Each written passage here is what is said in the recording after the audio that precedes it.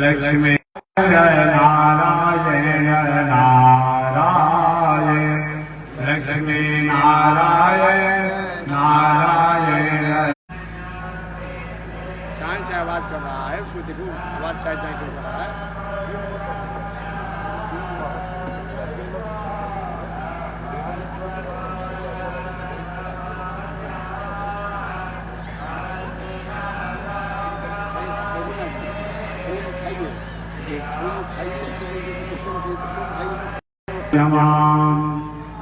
आचार्य पर्यंता वंदे गुरु परंपरा नारायणाय विद्महे वासुदेवाय धीमहि तन्नो विष्णु प्रचोदयात् महालक्ष्म्यै च विद्महे विष्णुपत्न्यै च धीमहि तन्नो लक्ष्मी प्रचोदयात् तन्नो लक्ष्मी प्रचोदयात्। परमाराध्य श्री लक्ष्मी नारायण भगवान नित्य वंदनीय पूज्य गुरुदेव श्री त्रिदंडी स्वामी जी महाराज के जुगल चरणों में कोटि नमन। भगवत भागवत आचार्य कई गद्य पारायण महानुभाव बक्सर की पावन भूमि से चलकर आए हुए श्री त्रिदंडी स्वामी समाधि स्थल मंदिर पीठाधीश्वर जगत गुरु रामानुजाचार्य स्वामी अयोध्यानाथ जी द्वारा आपका श्रवण कर रहे थे। इनसे पहले हरिद्वार की पावन भूमि से चलकर आए हैं जगत गुरु रामानुजाचार्य स्वामी वैकुंठनाथ जी द्वारा कथा आप श्रवण कर रहे थे। उनसे पहले जगदीशपुर की पावन भूमि से चलकर आए हैं श्री आनंद बिहारी शास्त्री जी द्वारा कथा सुन रहे थे। उनसे पहले आरा की पावन भूमि से चलकर आए हैं श्री गिरिधर शास्त्री द्वारा भी आप कथा श्रवण किए होंगे। और इसी कड़ी में जिनकी देख रेख में यह आयोजन हो रहा है श्री संजय जी, उनके द्वारा भी अभी कथा श्रवण किए होंगे। डबल आवाज आ रहा है, धीरे से आपसे बैठो सब फीडबैक कम करते हैं। फीडबैक डबल हाँ आ जाएगी। कौन करो नहीं तीसरा नंबर चौथा नंबर कितना पर है? तीसरा नंबर थोड़ा कम करिए, तीसरा नंबर और तीसरा थोड़ा कम करिए। क्या कर लगे मतलब ज़्यादा कम पहले एकदम पूरी पूरी बोले नहीं ठीक को आप फिर मत कर करिए कम पहले एकदम नारायण छोड़िए अनंताचार्य कृपया वेदांत पारगम रामकृष्णान सजभक्त विश्वक्सेन मुनिं भजे। परमाराध्य श्री लक्ष्मी नारायण भगवान नित्य वंदनीय पूज्य गुरुदेव श्री त्रिदंडी स्वामी जी महाराज के जुगल चरणों में कोटि नमन। भगवत भागवत आचार्य कई गद्य पारायण महानुभाव इन पावन भूमि पर आज से पावन कथा का मैं निवेदन करूंगा। श्रीमद् भागवत महापुराण के 11वें स्कंद के माध्यम से मैं निवेदन करना चाहता हूं। महर्षि वेदव्यास महाराज ने श्रीमद् भागवत महापुराण के 11वें स्कंद में निवेदन किया कि अवश्य में भोक्तव्यम कृतम कर्म शुभाशुभम, चाहे हम हो आप हो या कोई भी हो, अपने क्रियमान कर्मों का फल हम और आपको प्राप्त होता है। जो कुछ भी हमारे आपके साथ जीवन में होता है वो हमारे किए कर्मों का फल ही है। हम समझे या न समझे, जाने या न जाने, लेकिन हमारे ही किए कर्मों का फल है हम और आप प्राप्त होता है। हाँ, कभी कभी ऐसा होता है कि हमने जो बुरा काम किया उसमें छुए नहीं, हम कुछ जाना तक नहीं, और जो काम हम जानते नहीं है उसी पूरे काम की आदत में हम फंस जाते हैं। ऐसा करके होता है। जो हमने बुरा काम किया उसमें से कोई जाना ही नहीं, फंसने के बाद छोड़ दिए, उससे हम रिहा रहे, मुक्त रहे। और जो काम हमने नहीं किया अब उसी काम में हम फंस जाते हैं। लेकिन हमारे किए हुए कर्म का फल ही हम और आपको शुभ और अशुभ के रूप में प्राप्त होता है। अवश्य में भोक्तव्यम कृतम कर्म शुभाशुभम, निश्चित रूप में हमारा आपका कर्म रहे शुभ हो अशुभ हो, उसका परिणाम ही हम और आपको प्राप्त होता है। श्रीमद् भागवत महापुराण के 11वें स्कंद की पावन कथा अंतर्गत भगवान श्री कृष्ण इस धरातल को आए। आज से लगभग 6000 वर्ष पहले भगवान श्री कृष्ण इस दुनिया में आए थे। आज से 6000 वर्ष पहले लगभग द्वापर युग समापन की तरफ कलियुग प्रारंभ होने वाला था। अभी तो कलियुग चल रहा था, कलियुग प्रारंभ होने वाला था। भगवान श्री कृष्ण इस धराधार पर आए।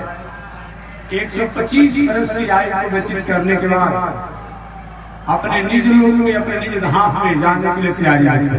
जैसे आप यहाँ पे कथा सुनने के लिए आए हैं, जग में आए हैं, कथा समापन के बाद जग के बाद आप लोग अपने अपने घर की तरफ स्थापित हो जाएगा।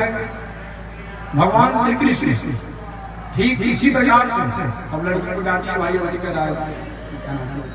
छोटे छोटे उनको कहाँ पे लोग इधर उधर खड़ा घर देगा डांटिए एक बार गति कीजिए हम मालूम बनती लगता है। अब देखिए उधर भी देखिए 10 आदमी आप लोग हैं, अधिक करने के लिए वहाँ क्या करा देखिए नहीं अभी देखते सारा करा नापना चाहिए, देखिए क्या करा है तो सुनते नहीं है। मेरा क्या है रक्षा कीजिए, उसको थोड़ा ऐसा मत कीजिए, डांटिए काम है। तो मैं निवेदन करना चाह रहा था कि भगवान 125 वर्ष की आयु को व्यतीत करने के बाद अपने गोलोक धाम जाने की तैयारी में थे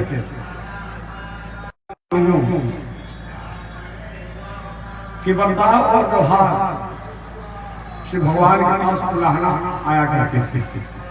देखिए परिवार के लोग को बढ़ाइए, विकसित कीजिए, अच्छी बात है, लेकिन कहीं संस्कार से मर्यादा से हीन हो रहे हो, भटक रहे हो, उन पर अनुशासन भी करना चाहिए। कभी कभी भगवान श्री कृष्ण के परिवार के लोग संत महात्मा धर्म के साथ खिलवाड़ और खिल्ली उड़ाते थे, मजाक उड़ाते थे, हंसी करते थे, अपमान करते थे। भगवान की एक प्रतिज्ञा है, मैं अपनी पत्नी को त्याग कर सकता हूँ, मैं अपने पैतृक को भी त्याग कर सकता हूँ, लेकिन मैं अपने भक्तों को और धर्म को भी त्याग नहीं कर सकता हूँ। ये भगवान का संकल्प प्रतिज्ञा है। भगवान अपने परिवार के लोगों को समझाने का प्रयास किए, फिर भी भगवान का परिवार समझ नहीं पाता। लोग कहीं न कहीं कभी न कभी गलत मार्गों के अधिकारी हो ही जाते थे। एक दिन भगवान अपने पुत्र सहित परिवार के लोगों को लेकर के सुंदर वन में गए, जंगल में गए। अरे वृक्ष के नीचे भगवान बैठ गए। भगवान ने अपने पुत्रों से कहा, बेटा जंगल की नैसर्गिक छटा को जाकर देख लो। बाल गोपाल जंगल की नैसर्गिक छटा को देखने लगे। उसी से उन बाल गोपालों ने घटना देखा। एक किलकिलासो जो है, उसको गिरगिट आप कहते हैं, एक किलकिलासो जो है एक सूखी कुआं में गिरा हुआ है। इस कुएं में जल नहीं है, कुआं की गहराई तो है, गहराई भी बहुत नहीं है, उसी में गिरा हुआ है। बाल गोपालों ने उस गिरगिट को निकालने के लिए बहुत प्रयास किया, गिरगिट नहीं निकल पाया। अंत में दौड़ते हुए बाल गोपाल भगवान श्री कृष्ण के पास गए। बाबा पिताजी जिसके जो समन्वय थे, एक गिरगिट जो कुआं में गिरा हुआ है, इसको आप बाहर निकाल दीजिए। भगवान श्री कृष्ण उस कुएं के पास आए और किग्रासों गिरगिट को कुएं से यही बाहर निकालना चाहे हाथों को कुएं में डाल करके कि अचानक गिरगिट उछल करके भगवान के हाथों पर चढ़ गए और भगवान के हाथों के स्पर्श होते ही वो देवता के रूप में हो गया, उसका आकार प्रकार बदल गया। भगवान ने पूछा ले भले आदमी, अभी तुम गिरगिट के रूप में था और अभी देवता के रूप में हो गया, क्या तुम्हारा परिचय है, कौन तुम हो? उसने कहा महाराज मेरा परिचय आप पूछना चाहते हैं? देखिए अहंकारी आदमी जब भी कोई काम करता है उस अहंकार की बदबू उसमें आ ही जाती है। याद रखिएगा, जिसके पास जो है हींग में से हींग दाने में से हींग समाप्त हो जाता है, लेकिन हींग की श्वास बनी रहती है। कपूर के दीवा में से कपूर समाप्त हो जाता है, गंध बना ही रहता है। अहंकारी व्यक्ति अहंकार छोड़ देता है, फिर अहंकार की बदबू बनी ही रहती है। उस जो गिरगिट का देवता का रूप बना लिया, अपने अहंकार के कर्मों के कारण उस रूप को प्राप्त किया था। लेकिन भगवान के कृष्ण ने कहा महाराज मेरा परिचय कौन ऐसा दुनिया में होगा जो मेरा परिचय नहीं जानता होगा? भगवान हैरान हो गए, अरे भाई तुम्हारा सीधा साधा परिचय पूछता हो तो कौन दुनिया में होगा जो मेरा परिचय नहीं जानता होगा? सब मैं ही नहीं जानता, हमको बताओ पहले तुम्हारा मेरा परिचय। आप ही मेरे खानदान के हैं, उसने कहा आप ही मेरे खानदान के हैं और मेरा नाम राजा निर्ग है। अच्छा आप ही राजा निर्ग हैं? कहा महाराज जी गिरगिट की जोनी को आपने प्राप्त कर लिया, ये कैसे हुआ? जो पहले गिरगिट का देवता का रूप बना उसने महाराज मेरे द्वारा एक छोटी सी चूक हो गई, एक गलती हो गई, उस गलती का परिणाम आज मैं गिरगिट बना रहा हूं। अच्छा कौन सा चूक हुआ? तो उसने कहा कि शायद आपने सुना होगा आकाश के तारों को गिने जा सकते हैं, जो कि संभव नहीं है। जल के बूंदों को गिने जा सकते हैं, बालू के कणों को गिने जा सकते हैं, परंतु मैंने इतने गायों का दान किया, इतने गायों का दान किया है जिसकी गिनती नहीं हो सकती है। भगवान ने कहा जब इतने बड़े प्राणी हो तो मर करके गिरगिट क्यों बन गए हो? क्यों बन गए हो? पर हो सकता है तुमने जिन गायों का दान किया हो गाय कोई बूढ़ी गाय हो और बूढ़ी गाय का तुमने दान कर दिया हो, होता है जब गाय दूध देने वाली होती है तो अपने पास रखते हैं, और जब दूध देना बंद कर देती है तो पुरोहित किसी को अपने आप में संकल्प कर धरा देते हैं। एक कौन सा मतलब है भाई? वो सारा भेज देंगे, ऐसा कभी मत कीजिए। और एक बात और मैंने करना चाहूंगा, आप एक ही गाय रखिए, एक ही गाय रखिए, लेकिन जिस गाय को रखिए उसकी सेवा कीजिए।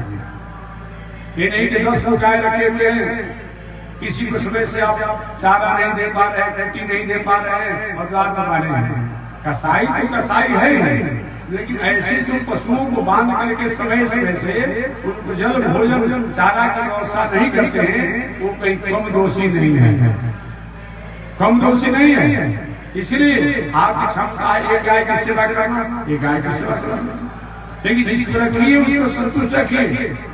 शास्त्र में आज्ञा है रोम रूपे महर्षय, चाहे गाय हो बैल हो, रोम रूपे महर्षय, गाय बैल के हर हवा में एक एक महर्षियों का ऋषियों का वास होता है। इतना बड़ा पुण्य बताया गया है।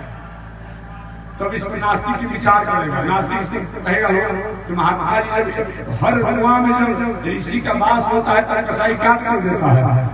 मैं कहना चाहता हूँ कि जिस तरह से ऋषियों के आदर करने से, सम्मान करने से, पूजा करने से हमें स्वीकृति की प्राप्ति होती है, उसी प्रकार से गाय की रुआ अर्थात गाय की सेवा करने से अनंत ऋषियों के प्रसन्न करने का फल प्राप्त होता है। और तुम नास्तिकों की बात पर कभी कि हम हैरान भी हो जाते हैं। और कोई कहे भाई कन्या का मुख जो है एक चंद्रमा के समान है, तब कोई कहे चंद्रमा की चांदनी की क्या आवश्यकता है, उस कन्या के मुख से चंद्रमा की सत्यता प्राप्त कर लिया गया, यही तक होता है। और कोई कहे अमुक व्यक्ति का तेज जो है ये सूर्य के समान है, और सूर्य के समान होने का सूर्य का तापेवर कर देंगे, पूरे घर में आपने ऊपर से टीन करा कर सब घेर घाट कर दिए। जब इसका सूर्य व्यक्ति का तेज जो सूर्य के समान है तो सूर्य की आवश्यकता नहीं है, यही मतलब होता है। आगे ऐसा ही हम करता है, जो दिमाग से भ्रमित लोग हैं ऐसे ही हम करते हैं। कहने का तात्पर्य है कि रूपे महल से अर्थात गाय के बैल की सेवा करने से केवल हम पशु मानकर सेवा न करें, केवल पशु मानकर सेवा न करें और मेडिकल साइंस की बात करें तो माताओं के दूध के बाद अगर माता के दूध के समान छोटे बालकों को कोई तंदुरुस्ती पुष्टि के लिए कोई दूध है, पौष्टिक है, तो वह कौन है? गाय का दूध। दूसरा बकरी का दूध दूसरे नंबर पर भी आता है, याद रखिएगा। इसलिए ये मान करके भी हमें माता के बराबर, इसलिए गाय की माता क्या कहा जाता है? गाय माता तो इसलिए भी है कि गाय सृष्टि के प्रारंभ में समुद्र जब मंथन किया गया था तो कामधेनु गाय प्रकट हुई। उन गायों के द्वारा ऋषियों ने जो भी उनके जीवन की दिनचर्या थी, जन्म से लेकर जन्म से लेकर के पितरों के पूजन से लेकर के सभी कार्यों को दूध से घी से इत्यादि से स्वीकार किए। माता जैसे अपने बालकों को पालन पोषण करके हिष्ट और संस्कार युक्त बनाती है, उसी प्रकार गाय माता द्वारा हम हिष्ट और अपने जीवन को संस्कारित बनाते हैं। इसलिए भी माता गाय को माता की तुलना किया गया है, जो हमें आदर दे, जो हमें सम्मान दे, जिनके द्वारा हम पौष्टिक तत्वों को प्राप्त करें, अपने जीवन को उज्जवल करें, वो हमारी माता है। ये माता तो है साथ साथ, इसीलिए हम गाय माता भी कहते हैं। भगवान श्री कृष्ण ने कहा हो सकता है आप जिस गाय को आपने दान किया वो गाय कहीं अनिति द्वारा आपने बूढ़ी गाय को दान कर दिया, राजा ने नहीं महाराज हमारी बूढ़ी गाय को दान नहीं किया। आज होता क्या है, घर घर बूढ़े लोग हो जाते हैं तो उनको वृद्धाश्रम में पहुंचा दिया जा रहा है। जिंदगी भर आत्मा से गौरवशाली अब वृद्धाश्रम पहुंचा जाते हैं। ऐसा क्या मत कीजिए। माता पिता की सेवा करना साक्षात ईश्वर की पूजा करना होता है। याद रखिए, एक दिन आपकी भी वही हाल होगी जैसे माता पिता की है। आप अगर ऐसा नहीं करेंगे, आप भी बेटा बेटी होंगे, वो भी आपको थाले में या वृद्धाश्रम में विदा कर देंगे। आप चाहते हैं कि हमारा बच्चा संस्कारी हो, आप सब संस्कारी बने। इसलिए माता पिता केवल माता पिता नहीं है, वो हमारे सारे कार्यों के प्रणेता हैं। जो आज हम इतना उज्जवल हुए हैं, बड़े हुए हैं, वो सभी कार्य हमारे माता पिता के दिन है। चाहे हम विद्वान हो, धनवान हो, वैभवान हो, ऐश्वर्यवान हो, ये अनेक को मान करके माता पिता के अंतिम क्षण तक भी उनकी सेवा करना चाहिए। इसलिए जब तक से माता पिता को जो पसंद नहीं कर पाया गृहस्थ आश्रम में, आपके महात्मा जी आपको साधु बन, आपने किया है क्या? हो सकता है कुछ दिन। अरे भाई हम जब थे तब थे, लेकिन जब आए तो गुरुकुल में तो हाँ गुरुदेव जी अपने आप में कृपा से रहते थे। यहाँ हमारे माता पिता गुरुदेव हो गए, भगवान हो गए। जब थे तब वहाँ भी ऐसा था, वहाँ करते थे। इसीलिए गृहस्थ आश्रम में बताया गया है कि गृहस्थ आश्रम में सभी देवताओं की संतुष्टि, सभी देवताओं की पूजा आराधना तभी भी पूरी मानी जाती है, तभी वो पूर्ण होता है जब माता पिता को जिसने प्रसन्न कर लिया। जिसने माता पिता के प्रति प्रसन्नता नहीं किया, वो बेटे चाहे कितना भी पूजा पाठ कर ले, उसकी पूजा पाठ करने का कोई औचित्य नहीं होता है, कोई मतलब नहीं होता है। और उसके नहीं भी माता पिता का अपमान करने का प्रणाम होता है कि देवताओं का जो जजन करता करता है, जो पूजन करता है, उसको प्राप्त करने के बाद भी देवता लोग हमेशा उदास रहते हैं। इसलिए मानव जीवन में, गृहस्थ आश्रम में माता पिता और परिवार इत्यादि की बंधुजनों की हमें यथासंभव उनकी सेवा होनी ही चाहिए। राजा देवता महाराज शायद आकाश के तारों को गिने जा सकते हैं, बालू के कण को गिने जा सकते हैं, जल के बूंदों को गिने जा सकते हैं, परंतु मैंने जितने गायों का दान किया उसको गिना नहीं जा सकता है। भगवान ने जितने गायों का अपना दान दिया है तो मर करके गिर गिर के मर गए। हो सकता है कहीं गंगरी का से घर कमा करके और गाय खरीद कर आपने दिया होगा, नहीं महाराज। जो नीति को उपार्जन करते थे हम, उसी के द्वारा गायों को खरीद करके और उसी के द्वारा हम वही गायों को दान करते थे। लेकिन होते हैं कि लाख रुपया का बेईमानी किया, 1000 रुपया कहीं मंदिर में से दान कर दिया। यही करते हैं संत, यही धर्म कहता है कि लाख रुपया की बेईमानी कीजिए, 1000 का दान कर दीजिए। अब भले ही 1000 रुपया कमाइए, लेकिन उसमें से 5 रुपया आप दान कीजिए। दान परमार्थ में लगाएगा, दान करने नहीं तो हम भरा कर दे दीजिए, हम मंदिर में दे दीजिए। ये मैं नहीं कहता हूँ, जहाँ पर भी परमार्थ होता हो, चाहे कन्याओं के विवाह की बात हो, लड़का लड़की को पढ़ने की बात हो, किसी की दवा की बात हो, कहीं हॉस्पिटल की बात हो, कहीं गौशाला की बात हो, जो हमारे संपत्ति द्वारा, जो हमारे धर्म द्वारा समाज का और प्राणियों का, राष्ट्र का कहीं मंगल होता हो, उपकार होता हो, भलाई होता हो, उसी को दान कहा गया।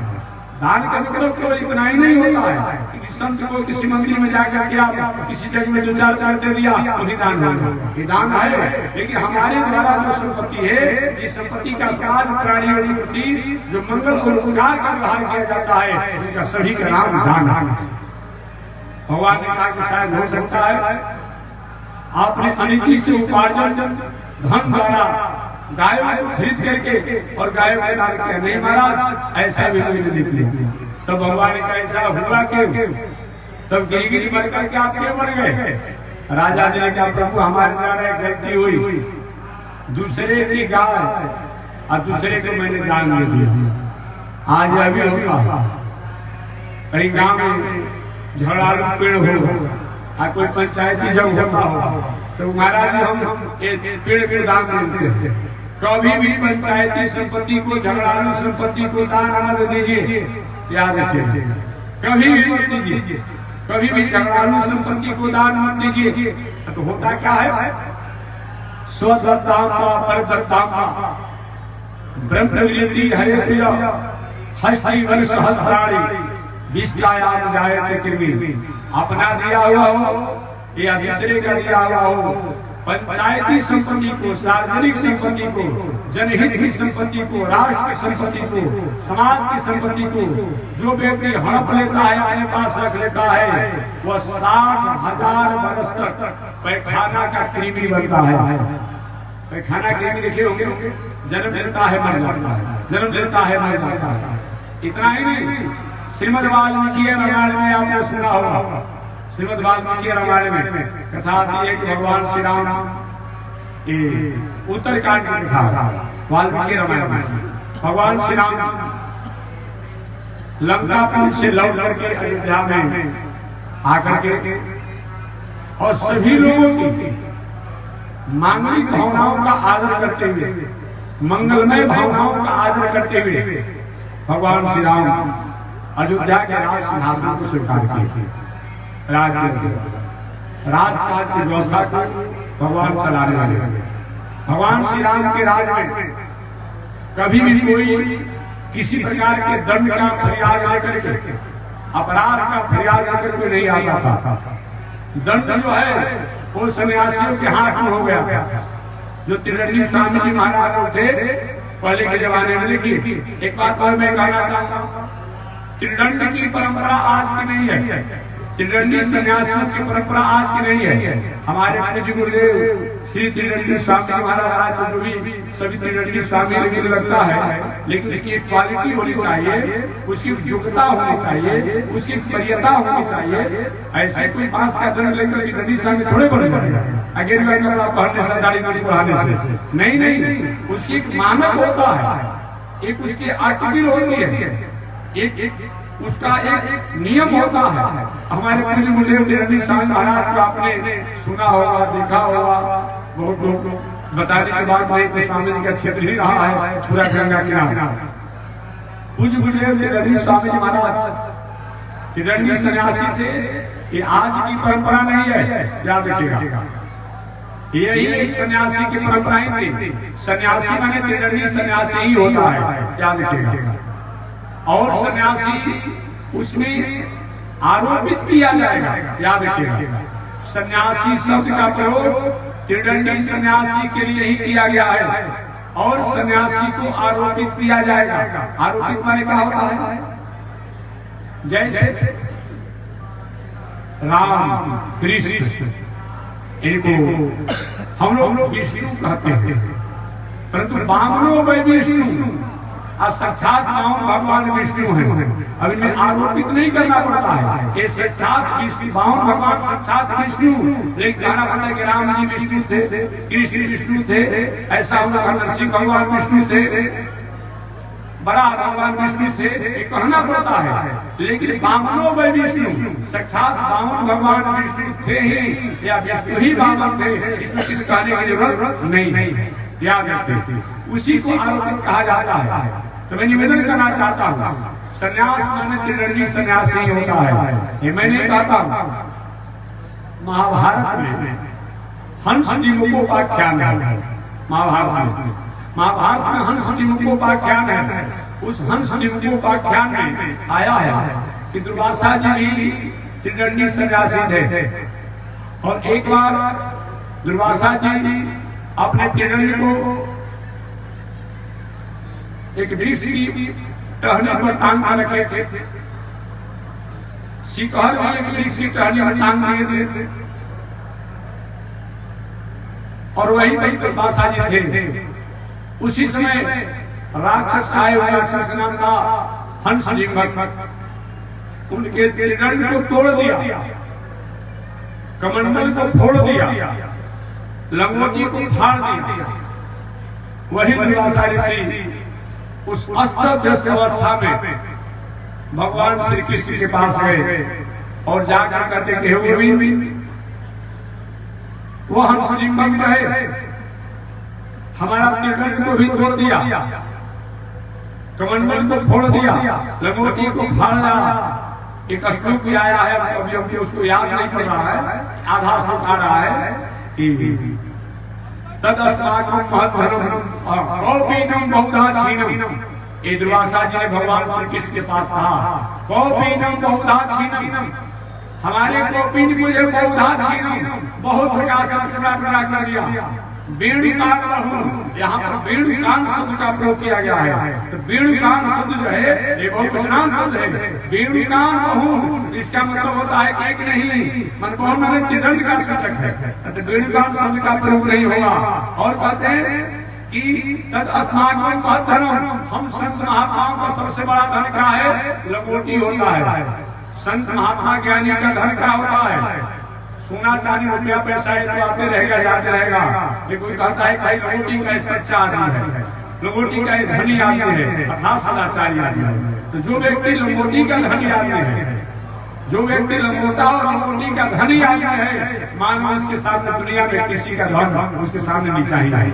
ऐसे भी अंग्रेजी में शब्द है कि व्यवहारिक धन चला गया कुछ गया, बल गया तो कुछ गया, आयु गया तो कुछ गया, और जिसकी नैतिकता चली गई, जिसका आचरण चला गया, जिसका सदाचार चला गया, मानो सब कुछ चला गया। और कभी भी पुष्ट और पीढ़ी दर पीढ़ी वो कभी लौट करके आने वाला नहीं है। कहीं धन हमारा चला गया, व्यापार खेती करेंगे तो धन आ जाएगा, बल भी कहीं चला जाएगा, वैसे औषधि खाने में आ सकता है, आय भी नहीं किसी के कृपा द्वारा बढ़ सकता है, जैसे मार्कंडेय जी का बढ़ गया। लेकिन इसकी नैतिकता चली गई, मानव लौट करके आने वाला नहीं है।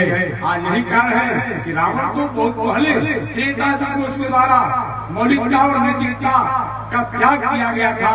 आज उसको उलाहना से उसको याद करते हैं, उलाहना की दृष्टि से याद करते हैं। इसलिए नैतिकता जिसका खो गया उसका सब कुछ चला गया। तो सन्यासी का धन ये अनेक प्रकार का वैभव ऐश्वर्य नहीं होता है। सन्यासी का सबसे श्रेष्ठ धर्म होता है लंगोटी का सच्चा, लंगोटी का पक्का और लंगोटी का धनी आदमी होना। तो दुर्वासा ऋषि कहते हैं कौपीनम बहुदाक्षिणम तदस्माकं हे गोविंद, हमारे लंगोटी को हंस ने पकड़ फाड़ दिया, टुकड़ा टुकड़ा कर दिया। जो हम सन्यासियों का संत महात्माओं का ये सबसे बड़ा महत्वधर्म हम लोग करते हैं। और वेणुकान बहु और हमारे वेणुकान, हमारे त्रिदंड को वेणुकान बहु उसको भी तोड़ दिया, टुकड़ा टुकड़ा कर दिया। वेणुकान बहु अर्थात त्रिदंड को भी टुकड़ा टुकड़ा कर दिया। इसलिए गोविंद मैं आपके पास आया हूँ। और दीवदलाल सबका प्रयोग है। दुर्वासा जी दाल भी खाते थे। शिखर का जो पहले के बारे में हमारी माताएं भोजन सामग्री को दान करती थी, उसको भी तोड़ दिया। इससे मालूम होता है कि त्रिदंडी सन्यासी की परंपरा आज की नहीं है, पहले की नहीं है। रावण त्रेता युग में था, एक दंडी का वेश नहीं बनाया, त्रिदंडी का वेश बनाया। जहाँ जिसका मार्केट होता है उसी में डुप्लीकेट काम किया जाएगा। हमेशा मैं कहता हूँ जिसका मार्केट में अपने आप स्टैंडर्ड होगा उसी में 2 नंबर का मिलावट किया जाएगा। अब पहले से जिसके मार्केट में 2 नंबर का नाम है, प्रचार है, उसका मिलावट नहीं होगा, पहले से मिलावट हो रहा है। इसी प्रकार से त्रिदंड रावण इसीलिए लिया कि त्रिदंडी के प्रति लोगों को विश्वास होगा, इसलिए रावण ने त्रिदंडी सन्यासी का रूप बना करके और तब सीता जी की भावना को अपने आप उठाया घाट पहुंचाया। और इतना ही नहीं, अर्जुन भी जब भगवान श्री कृष्ण के कहने से जब कृष्ण भगवान की बहन सुभद्रा को अपनी आह्लादनी रूप में प्राप्त करने की इच्छा किए भगवान की प्रेरणा से, उस समय भगवान ने प्रेरणा दिया कि हे अर्जुन, जब तक से त्रिदंडी सन्यासी का वेश नहीं बनाओगे तब तक तुम द्वारिकापुरी में प्रवेश और तुम्हारे प्रति सुभद्रा की भावना नहीं हो सकती है। तो भगवान की आज्ञा से अर्जुन भी त्रिदंडी सन्यासी का ही वेश बनाया। इससे मालूम पड़ता है त्रेता युग में भी त्रिदंडी सन्यासी के शास्त्रों में है, द्वापर युग में है, कलयुग में है। और जो है वो अपना प्रमाण देंगे, मैं शास्त्र प्रमाण दे दिया कि और जो है वो सच आरोपित किया जाएगा। एक जगह तो मैंने पढ़ा था कि जब तक से त्रिदंड नहीं किया जाता है तब तक से एक दंड का आश्रय लेकर के जीवन जीना चाहिए। और जब त्रिदंड लेने का अधिकार प्राप्त हो शास्त्रीय मर्यादा के अनुसार, आज तो सब लोग दंड मंडल ले रहा है तो बात अलग है, लेकिन जिसको लेने का अधिकार हो उसको लेकर के तब अपने आप में त्रिदंडी सन्यासी बनने को बताया गया है। तो मैंने भी करना चाह रहा था, इसलिए शास्त्रों में नैतिकता का मौलिकता का बहुत बड़ा महत्व बताया गया है। जहाँ नैतिकता नहीं है, जहाँ मौलिकता नहीं है, वहाँ कुछ नहीं है। रावण के पास प्यार नहीं था, अर्थात सब कुछ था। एक मौलिकता का भाव था, एक नैतिकता का भाव था। परिणाम क्या हुआ? वो चला गया, लेकिन आज भी उसको रहना देते रहते हैं। इसलिए मानव जीवन में कभी भी सदाचार का त्याग नहीं करना चाहिए, सदाहार का त्याग नहीं करना चाहिए, प्रमाण का त्याग नहीं करना चाहिए, परोपकार का त्याग नहीं करना चाहिए। ये मानव जीवन का सबसे श्रेष्ठ धन है, श्रेष्ठ संपत्ति।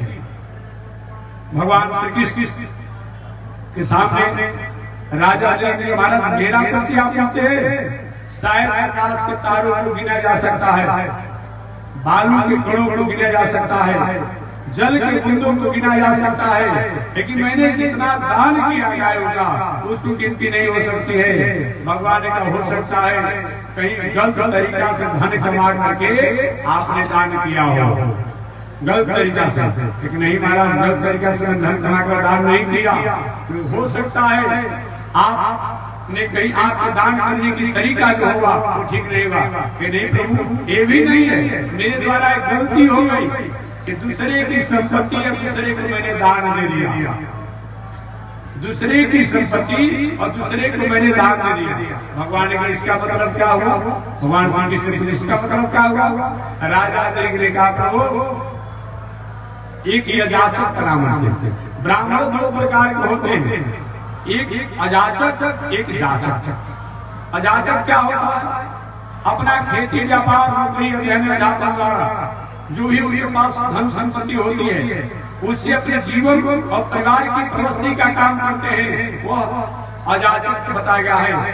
अजाचक ब्राह्मण होते हैं, अर्थात जो गुरु पुरोहिती का काम नहीं करते हुए, याचना नहीं करते हुए, दान दक्षिणा नहीं लेते हुए जो जीवन जीता है वह अजाचक ब्राह्मण है। ये दोनों श्रेष्ठ हैं। एक होते हैं जाचक। जाचक माने समय समय से गुरु पुरोहिती का काम करते हुए और जो भी उनके पास प्राप्त होता है उससे उनके परिवार को, अपने बाल बच्चों का संवर्धन करते हैं। दोनों श्रेष्ठ हैं, दोनों श्रेष्ठ है। ये नहीं कर सकते हैं कि जो निकाह करने वाला भगवान है वो कहीं कमजोर है और नहीं करने वाला नहीं। दोनों को शास्त्र में आदर किया गया है। इसीलिए मैं निवेदन करता हूँ और ऐसा आप नहीं कहेंगे। भगवान श्री राम से पहले हमारे वशिष्ठ जी के मन में थोड़ी सी भावना आई थी और मानस में आने बात हैं कि पौरोहित्री कर्म की नीति, ये मतलब पाप नहीं, बात आना चाहिए। पौरोहित्री कर्म अति निंदित क्या मतलब कि पौरोहित्री कर्म जो है बहुत बड़ा उल्लंघन की बात है। कितना भी पापी आ गया हो, कितना भी कर्मी आ गया, कितना भी भ्रष्टाचारी हो, अगर पौरोहित्री कर्म कराते हैं महाराज जी संकल्प करिए। और संकल्प जब किया जाता है कायिक, वाचिक, मानसिक, नैसर्गिक, सांसर्गिक, रात में दिन में जैसे भी जो हुआ सभी बात का संकल्प किया जाता है। इस बातों को लेकर के हमारे वशिष्ठ ने कहा कि पुरोहिती कर्म अति निंदित है। ये मतलब नहीं कि पुरोहिती कर्म बहुत बड़ा पाप है, नहीं। यहाँ शब्द का जो है ये प्रकरण से किया जाएगा, ये बात को कहना चाहते हैं। इसीलिए मैं निवेदन करना चाहता हूँ कि हमारे राजा जी का महाराज एक अजाचक ब्राह्मण थे। अजाचक माने जो दान दक्षिणा नहीं लेते थे, अपना खेती व्यापार द्वारा अपना जीव को पालन करते थे, अपने परिवार का जीव को पालन करते थे। उन अजाचक ब्राह्मण की एक गाय कहीं अपने गौशाला से भाग करके और जाकर के राजा नृग की गौशाला में प्रवेश कर गए। राजा नृग के कर्मचारियों ने अपनी गौशाला की गाय समझ करके उस गाय को अपने पास रख लिया। राजा ने अहर्निश रोज के नियमानुसार गायों को दान करते थे। संयोग से गलती से वे अपनी गाय समझ करके जो दूसरे ब्राह्मण की गाय थी अपना गाय समझ कर उसको भी दान कर दिए। जिसको दान की वो गाय को लेकर के जा रहा था और जिसकी गाय भुलाई हुई थी, खोई हुई थी, वो अपने गाय को ढूंढते हुए आ रहा था। दोनों को मार कर मुलाकात हो गई। जिसकी गाय थी उसे कहे भाई मेरी गाय को बिना मेरे जाने, बिना मेरे पूछे, मेरा बिना मुझे दिए तुम ले जाने वाले कौन होते हो? तो जिसकी गाय राजा ने दिया था, महाराज जिसको ने दिया था, उसे अरे भाई हमको राजा ने गाय दिया है, तुम अपनी गाय का करो। तो जिसकी गाय दूसरे करके गाय को राजा देने वाला होता कौन है? उसका क्या अधिकार करता है? अब दोनों लोग चले गए राजा के पास। राजा ने जिसकी गाय थी मेरी गाय का तुम्हें दान क्यों दिया बिना पूछे मेरे? क्या तुम्हारा अधिकार बनता है?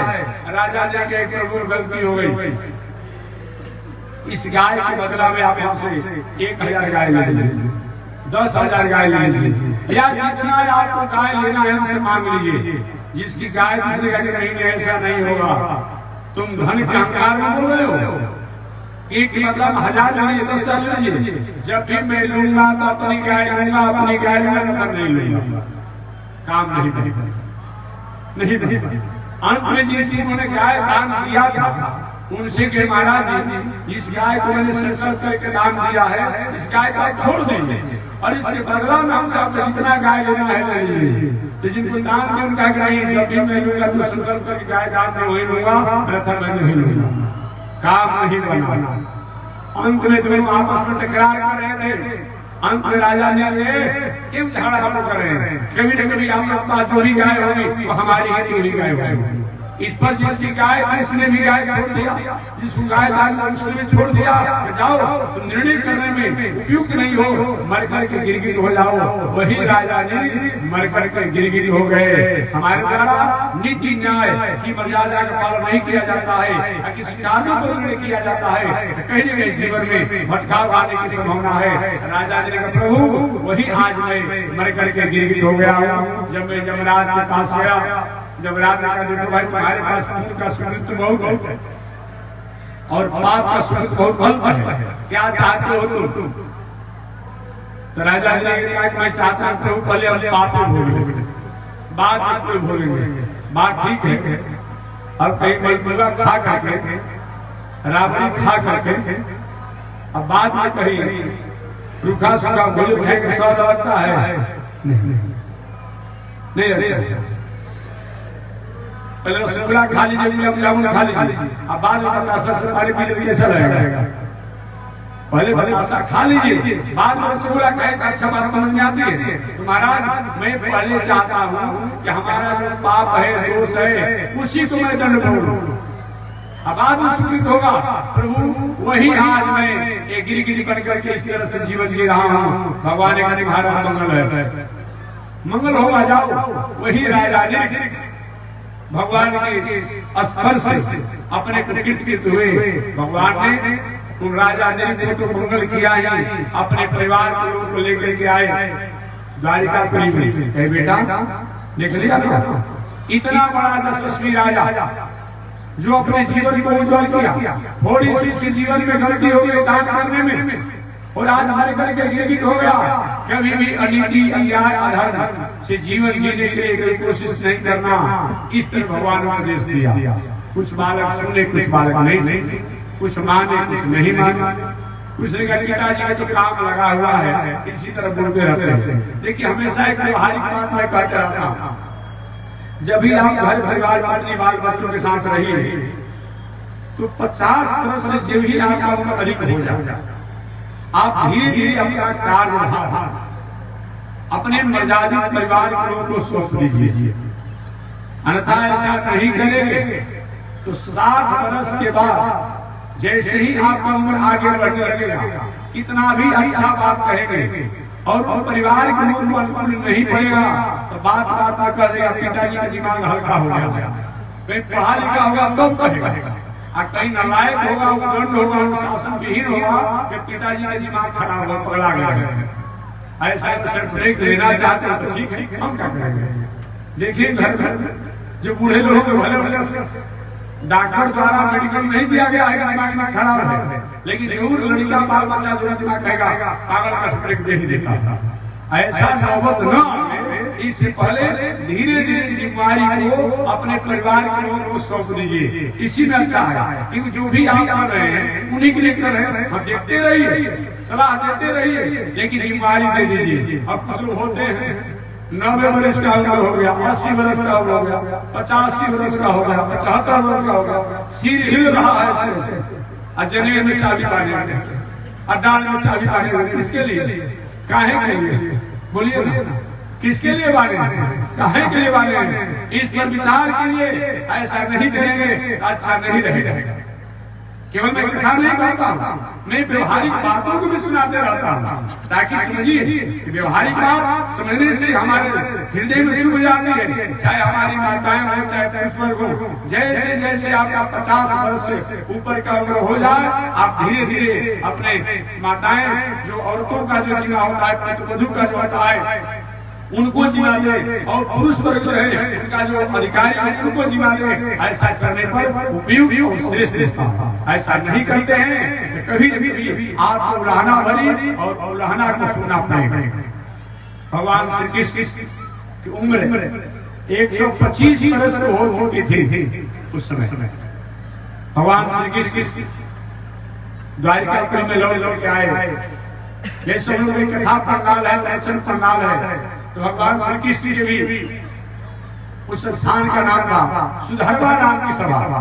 तो सुधर्मा नाम की जो सभा था, उसमें भगवान श्री कृष्ण अपने परिवार के लोगों को संबोधन करने लगे, और संबोधन करके कहा कि महानुभाव, जीवन में व्यक्ति के पास, मनुष्य के पास साधन हो और साधन का उपयोग करने का तरीका नहीं जानता हो तो साधन हमारे जीवन के लिए बोझ हो जाते हैं, भार हो जाते हैं, और जीवन के लिए वह कहीं न कहीं बोझ बन करके हमें अशांति प्राप्त कराते हैं। इसलिए जीवन में कहीं धन हो, कहीं बल हो, कहीं पद हो, कहीं रूप वैभव हो, कहीं ऐश्वर्य कीर्ति हो, ये जीवन में 4 साधन आ जाए, धन हो जाना, बल होना, पद होना, रूप वैभव ऐश्वर्य होना, ये 4 साधन अगर जीवन में आ जाए,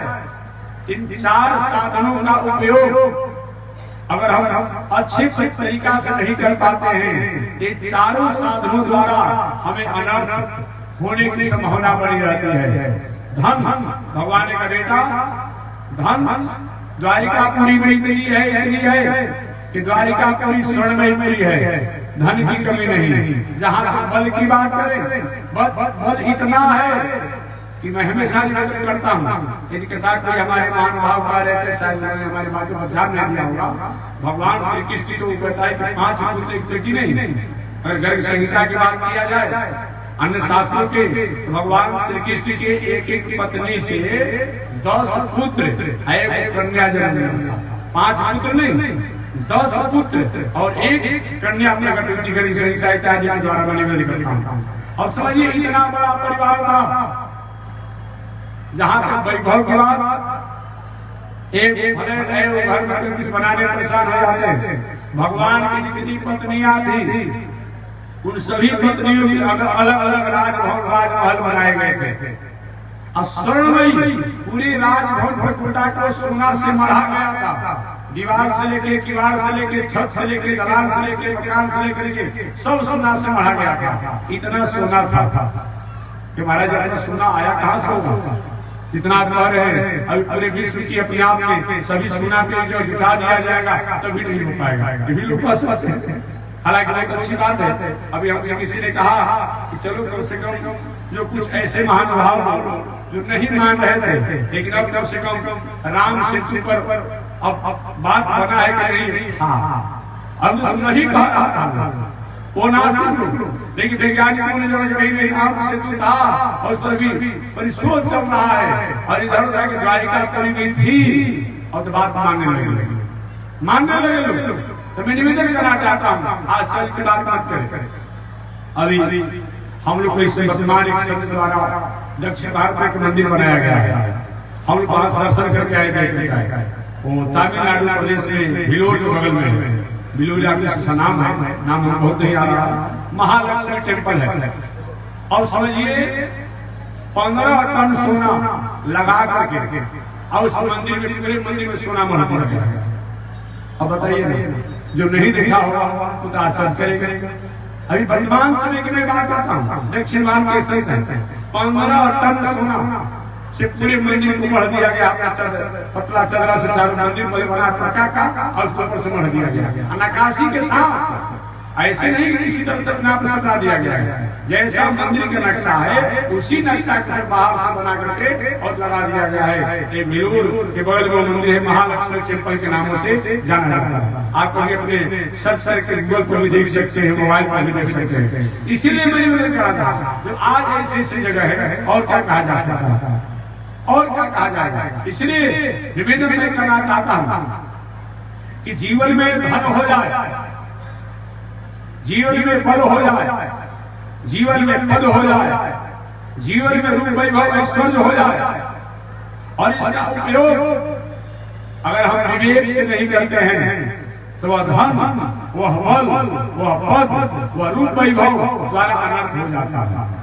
क्या धन भी हो जाए, बल भी हो जाए, पद भी हो जाए, रूप वैभव ऐश्वर्य भी हो जाए, और इसका उपयोग अगर हम विवेक से नहीं करते हैं तो धन हो, बल हो, पद हो, रूप वैभव हो, इसके द्वारा कहीं न कहीं अनर्थ होता है। अतः ऐसा विचार करके हमें धन का, बल का, पद का और रूप वैभव का उपयोग विवेक से करना चाहिए। भगवान उपदेश दे ही रहे कि भगवान के प्रिय बेटा, लाडले बेटा जिनका नाम सांब जी है, सांब जी ने कहा पिताजी जीवन में धन हो जाए, बल हो जाए, पद हो जाए, वैभव ऐश्वर्य हो जाए, ऐसे साथ साथ विवेक न रहे तो वह धन, वह बल, वह पद, वह रूप, वैभव अनर्थ कराता है। तो विवेक भ्रष्ट क्यों होता है? इस विवेक के भ्रष्ट होने से धन, बल, पद, रूप, वैभव होने के बाद भी हमें शांति नहीं मिलती है। तो विवेक भ्रष्ट क्यों होता है? भगवान श्री कृष्ण का बेटा जीवन में 5 को दुर्गुण आ जाए, जीवन में 5 दुर्गुण आ जाए तो चाहे हम नहीं ब्रह्मा हो तब देवराज इंद्र हो तब कुबेर हो तब उनको भटकने से, विवेक नष्ट होने से कोई रोक नहीं सकता है।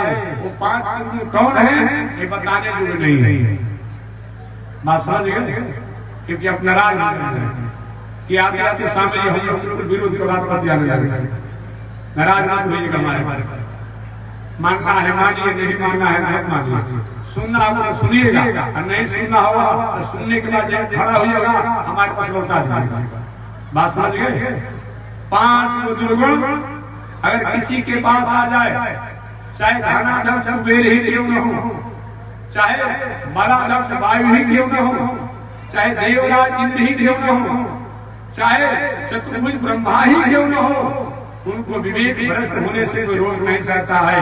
5 पुरुष कौन है? सबसे पहले जिस पर सरकार भी बहुत रोकथाम कर रही है, सरकार चल रही है पर आप चल रहे पर बात समझ गए? होम डिलीवरी समझ गए? जो होम डिलीवरी हो रहा है, सरकार कानून बना दिया, आप सबके घर में जाकर छापा मारेंगे, आपका कुछ मौलिक अधिकार नहीं बनता है, आपका कुछ स्वरूप नहीं बनता है। क्या सरकार करेगी? सरकार का कानून बना दिया, एक प्रशासनिक तरीका कर दिया, आपका भी तो स्वरूप होता है कि हम अपने स्वरूप द्वारा अपने संस्कृति को बचे। ये जहाँ पर दुर्गुण आ जाएगा, वो चाहे इंद्र और कुबेर ही क्यों न हो, उनको विवेक भ्रष्ट होने से रोक नहीं सकता है। जब जब देवराज इंद्र का राज गया, इन्हीं नशा के चलते गया, कथाएं आपको बाद में सुनेंगे। इसलिए जीवन में शराब की नशा हो जाए तो व्यक्ति को कितना भी हो विवेक भ्रष्ट होने से कोई रोक नहीं सकता। दूसरा शराब की नशा, दूसरा वेश्यावृत्ति, मर्यादित पत्नी के रहते हुए अपने आचरण से और कार्यों से भटकना, ये अगर जहाँ आ जाएगा वो व्यक्ति को विवेक भ्रष्ट होने से कोई रोक नहीं सकता है। ये विवेक भ्रष्ट होने का दूसरा उपाय। तीसरा हिंसा की वृत्ति। हिंसा माने केवल मनुष्य की हिंसा नहीं है, जिनकी हिंसा करने से हम और आप कभी भी आप ध्यान देंगे, कोई भी चीज की हिंसा करते हैं उससे हमारे भीतर में आत्मग्लानि होती है। ठीक है, कोई ऐसा कोई समझा दे, बुझा दे, अनुशासन करे, लेकिन हिंसा की वृत्ति, इन जीवों की हिंसा आप करते हैं, ये भी विवेक भ्रष्ट होने का उपाय बनाया जाए। हिंसा की भावना होती है। कभी कभी लोग कहते हैं महाराज, मैं हमेशा नहीं कहना चाहता हूँ, कभी कभी लोग अब पोखरा का ठिका लेना आते हैं रास्ते में, कभी कभी देखते हैं सिंह जी का मुर्गा का 12 रुपया पधारी, मिश्रा जी का मुर्गा का 12 रुपया पधारी है। अब मिश्रा जी सिंह साहब यही उपाय रह गया है, हम मुर्गा के फार्म खोलेंगे। आप कहते हैं महाराज सब्सिडी के लिए करते हैं, खाते नहीं है। अरे सब्सिडी में क्या होता है? ठीक है, हमारे मरने साथ करने वाले नहीं है, याद रखिएगा। लेकिन मैं आपको याद कराता हूँ, ऐसे मुर्गा के या सुअर के या कबूतर के या बकरा के या मुर्गी के ये फार्म खोल करके जो सब्सिडी आप दे रहे हैं, और सब्सिडी से गाड़ी आपने खरीद लिया, मकान बना लिया, कहीं और कुछ कर लिया, तो सब बनाने के बाद जो भी आपको सोचने के लिए जाएंगे, समय आएगा डॉक्टर साहब का liver fail, kidney fail, heart fail, सब सब्सिडी वही रह जाएगा, दुनिया चल जाएगा। अनिति वाला जीवन जीना चाहते हैं? नहीं, इस पर विचार होना चाहिए। इसलिए हमेशा मैं निवेदन करता हूँ कि कभी भी अनिति अन्याय अधर्म द्वारा कुछ समय के लिए आप चमक सकते हैं, फल सकते हैं, फूट सकते हैं, लेकिन इसका रिमेट और रिटर्निंग जो होता है वो अच्छा नहीं होता है। विचार करते हुए हिंसा में जीवन को त्यागना ये जीवन का प्रथम मार्ग होता है। तो जीवन में हमें शराब की नशा, वेश्यावृत्ति की नशा, जुआखोरी की नशा, जुआ का भी आपको जानना चाहिए। साक्षात धर्मराज जुआ के कारण जंगल की और वन की राह घूमना पड़ा, कितने परेशानी को सहना पड़ा। हम और आपके जीवन में अगर जुआ की वृत्ति आ जाएगी, क्या हमारा जीवन उसी तरह रहेगा? इसलिए इस पर विचार करना चाहिए। शराब की नशा, जुआखोरी की नशा, वेश्यावृत्ति की नशा और हिंसा की, और पांचवा कोर्ट कचहरी का व्यसन। न्याय करिए, न्यायालय में जाइए, याद रखिए न्याय के लिए नाले में जाइए, लेकिन करे अन्याय और न्याय में जाकर न्याय चाहता हो, ऐसा कोई हो सकता है कि कुछ जनों के कहीं आपका कोई बात हो, लेकिन इसके लिए अच्छी बात नहीं है। आप जानते हैं दूसरे का जमीन है, दूसरे का खेत है, दूसरे का खलिहान है, हम जो कर रहे हैं ये गलती कर रहे हैं, और फिर भी आप न्यायालय में जा रहे हैं, तो कुछ समय के लिए तो हो सकता है आप कुछ हो भी जाए, लेकिन आपकी पीढ़ियों पर, आपकी परंपराओं पर इसका असर होगा। एक बहुत अच्छा एक बार मैं पढ़ रहा था, एक घटना एक इसी तरह से पत्रिका में पढ़ रहा था। एक यात्री ट्रेन की यात्रा कर रहा था, ट्रेन की यात्रा करते समय कुछ ही आगे बढ़ा हुआ एक दूसरा यात्री ट्रेन में बैठा, उसके बगल में बैठ गए। बैठने के बाद कुछ आगे बढ़ा, वार्तालाप होने लगे। उसने कहा, भाई जी मेरे पास एक मंजूसा है, एक बक्सा है, इस देख रेख करके रहिए। तो भाई आपसे कोई परिचय नहीं है, मैं कैसे आपके सामान को, बस मैं यहाँ रहा हूँ, बात विश्वास में आ गया, वो चला गया बात। और दूसरा यात्री जो बाद में बैठा था, उसकी बक्सा मंजूसा का रक्षा कर गया। कुछ देरों के बाद, कुछ ट्रेन की दूरी तय करने के बाद ट्रेन में कोई घटना घट गई, कोई दुर्घटना घट गई होगी, सामान फिर चला गया होगा। और मैं स्टेट से शुरू हो गया, अपना सामान दिखाओ, अपना सामान दिखाओ, अपना सामान दिखाओ, सब जांच होने लगे। जिस व्यक्ति ने बक्सा को जिम्मा दिया था उसके पास आया हो, कह के देखो मैं अपना भी झोला दिखा दूंगा, अपना सामान दिखा दूंगा, ये बक्सा का जिम्मेदारी जिसने दिया है वो जब तक नहीं आएगा तब तक बक्से को छू नहीं सकते। अब वाला शंका नहीं बढ़ेगी, शंका बढ़ जाएगी। अब क्या हुआ, प्रशासन द्वारा उस बक्से को तोड़ा गया। उस बक्से में एक छोटा बालक का लाश काट करके रखा गया। पास में एक छोटे बालक का लाश काट करके रखा गया। और ये कोई मानेगा कि आप नहीं अपराधी है? अरे भाई अपराध कर रहे, ठीक है, अध्यात्म की बात, शास्त्र में अध्यात्म की बात होती है, लेकिन जैसा आर्टिकल, जैसा केस, जैसा होता है उस अनुसार ही तो निर्णय किया जाता है। और अपने आप बोल रहे नहीं, मैंने कुछ नहीं किया, दूसरे का बक्सा है, कोई मानने को तैयार नहीं। इनको पकड़ करके जेल बंद कर दिया गया और इनको फांसी की सजा सुना दी। फांसी की सजा जब सुना दी गई, अंत में न्यायाधीश ने 22 के हुक्म से पूछा, उसने ऐसे बताओ तुम्हारी परीक्षा है, साहब इच्छा की बात क्या रह गई, इच्छा की बात क्या रह गई? न्यायाधीश से बताओ क्या तुमने ऐसा अपराध किया है कि नहीं किया? अब तो जो घटना है, जो तुम्हारे पर केस है, उसके अनुसार तुम्हें फांसी होना है, लेकिन तुमने यह घटना किया है कि नहीं किया? नहीं सर, हमने नहीं किया साहब, मैंने नहीं किया। तब न्यायाधीश ने कहा कि बताओ ऐसी घटना की कोई बात हुआ है क्या तुम्हारे मन में कभी? पहले तो नहीं सर, ऐसा नहीं हुआ, याद करो। तब याद करते करते उसने किया, हाँ साहब, आज से 40 वर्ष पहले मैं अपने भाई के इकलौते पुत्र को छोटा अवस्था में था, धन के लोभ में काट करके जमीन में गाड़ दिया। न्यायाधीश जी ने कहा, देखो उस समय तो तुम उससे मुक्त हो गए, यहाँ तुम नहीं जाना, लेकिन वो पाप जो है आज देखो बिना अपराध के तुम आज फांसी की सूली पर चढ़ रहे हो। इसीलिए मैं कहना चाहता हूँ, हो सकता है कहीं हम गलत काम करें, उसमें हम बरी हो जाते हैं, और जो नहीं करते हैं उसमें फंस जाते हैं, लेकिन हमारे किए हुए कर्म का फल ही होता है। अवश्य इसलिए न्याय का सहारा कभी भी अनिति अन्याय नहीं बनने दीजिए, कोर्ट कचहरी का सहारा लेना चाहिए।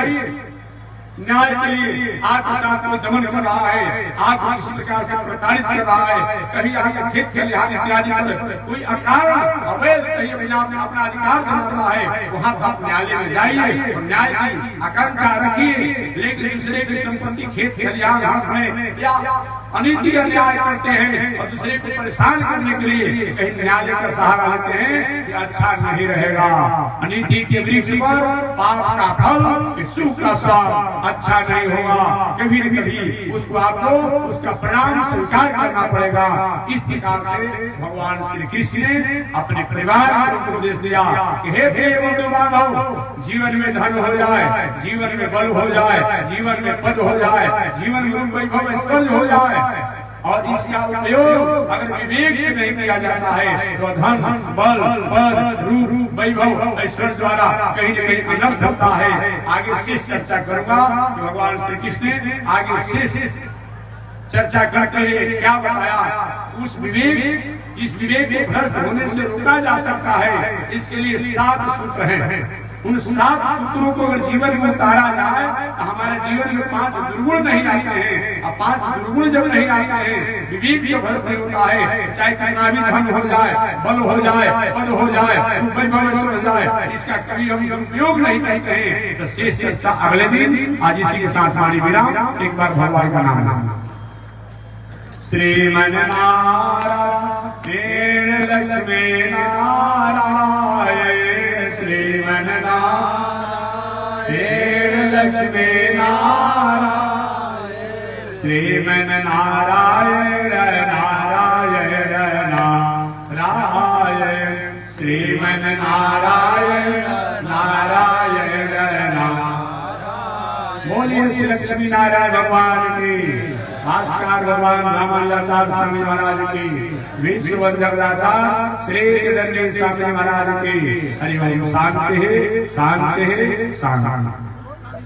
महाराज की नारायण। कथा का समय यही रहने दिया जाए, कुछ और पहले कर दिया जाए। कितना समय हो गया? यही समय रखा जाए कि पहले किया जाए? कैसे चिंता पड़ेगी आप बताइए, क्या किया जाए? यही रहने दिया जाए। 2-4 दिन कहना है थोड़ा सा आप लोग 5 बजे से 6 बजे कथा का समय रहेगा, तो ठीक 12 बजे से 1:30 बजे तक आरा से चलकर आएंगे, शास्त्री जी द्वारा कथा सुनेंगे। 1:30 बजे से 3 बजे तक हमारे आनंद बिहारी शास्त्री द्वारा, 3 बजे से 5 बजे तक मुक्ति नारायण स्वामी जी आ जाएंगे की कथा होगी, और 5 बजे से 6 बजे तक।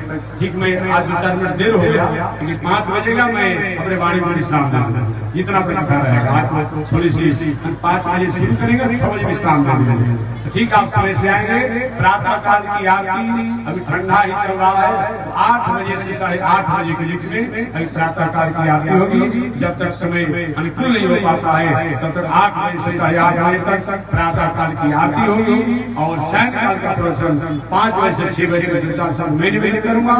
12 बजे से 5 बजे के बीच में और सब महात्मा कथा होगी। आप सादर आमंत्रित हैं। जय श्री नारायण, जय श्री महाराज की